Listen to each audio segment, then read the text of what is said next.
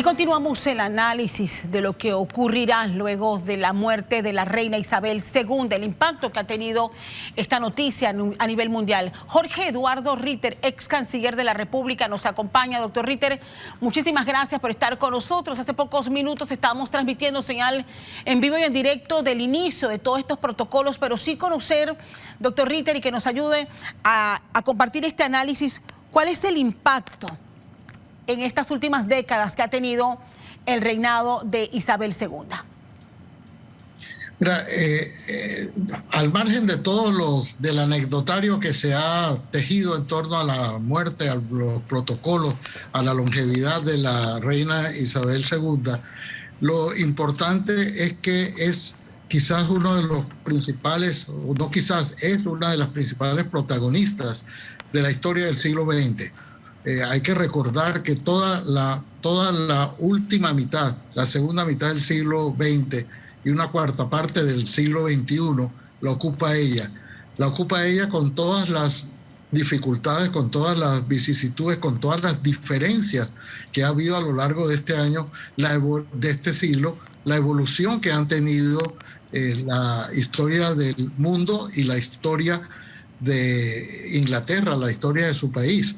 Ella, por mencionar algunos asuntos, ella presenció la construcción y la caída del muro de Berlín. Y alguien decía ayer, por ejemplo, que con la muerte de ella y la muerte reciente de Gorbachov se cierra oficialmente el siglo XX. En Gran Bretaña se dice, es una frase muy común, que los monarcas reinan pero no gobiernan. Sí. En el caso de la reina Isabel, que se aplica naturalmente porque ella siempre guardó el estricto protocolo de las diferencias entre un jefe de Estado y un jefe de gobierno en un país como Gran Bretaña, que no tiene una constitución, o sea, ella no tiene un texto que diga puedes llegar hasta aquí o puedes llegar hasta acá, porque es un país que se sabe que no tiene una constitución, pero se ha gobernado de otra manera.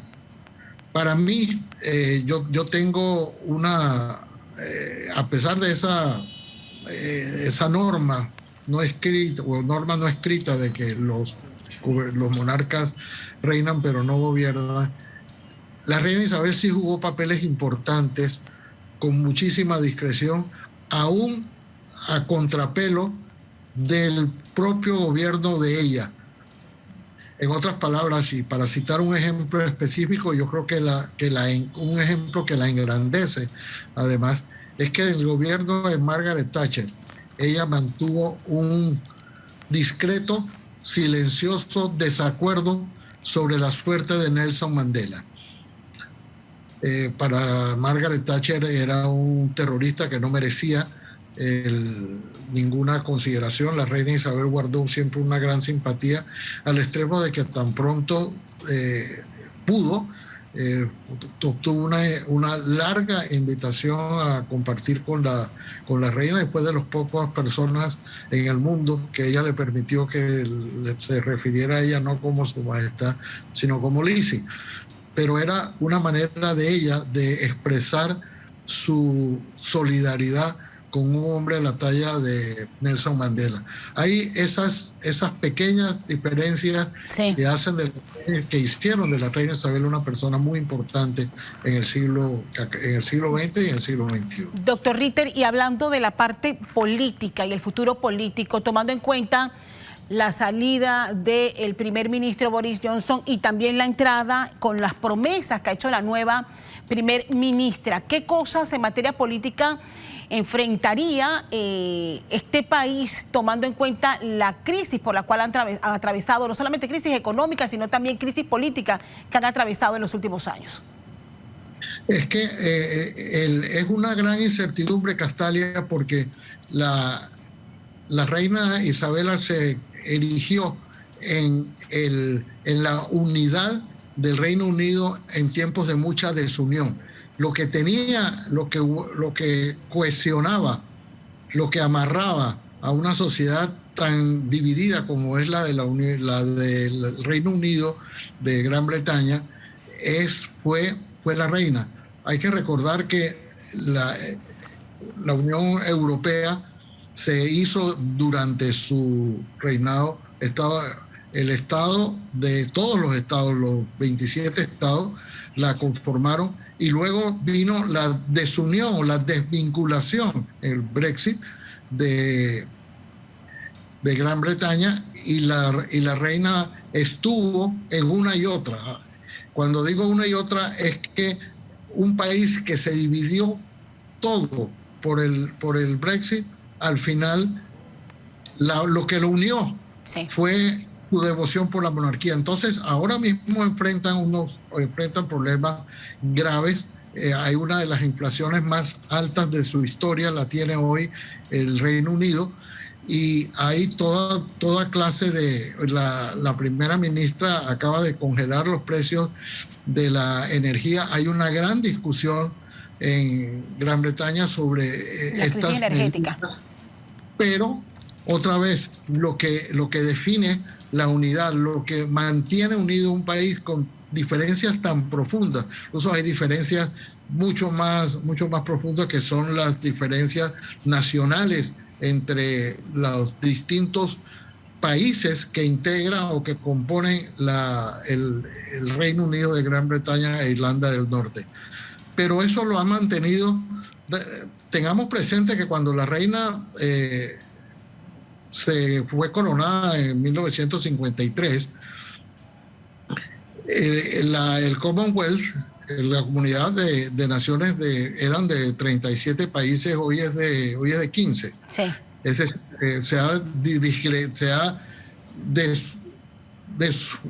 atendido, o se ha disgregado, se han independizado muchos de los países que conformaban, y sin embargo ella logró mantener la unidad y el espíritu colectivo. Justamente es una de las grandes preguntas, si logrará Carlos III, quien asume la corona, poder detener lo que muchos han denominado en los últimos años la descolonización inglesa.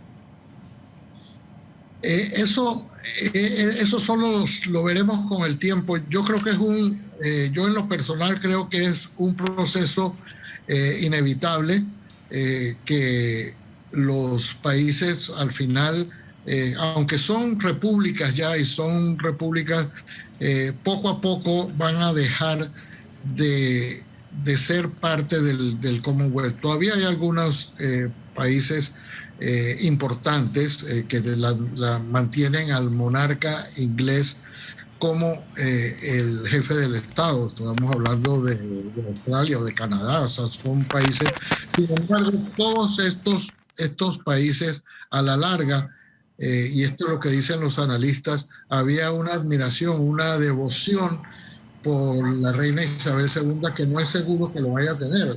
Estamos en su reinado, a pesar de su gran prestigio y popularidad y cariño que se le profesaba, casi 20 países abandonaron el Commonwealth, y ahora no se sabe cuántos más lo van a hacer, porque la unidad que ella logró.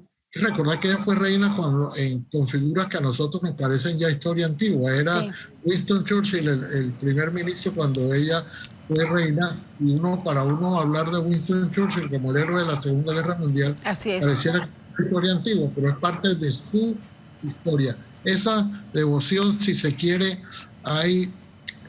tiene un gran ingrediente personal de la reina Isabel, y yo creo, sin poder asegurarlo, por supuesto, esto no lo sabrá, solo lo dirá el tiempo, que esa disgregación del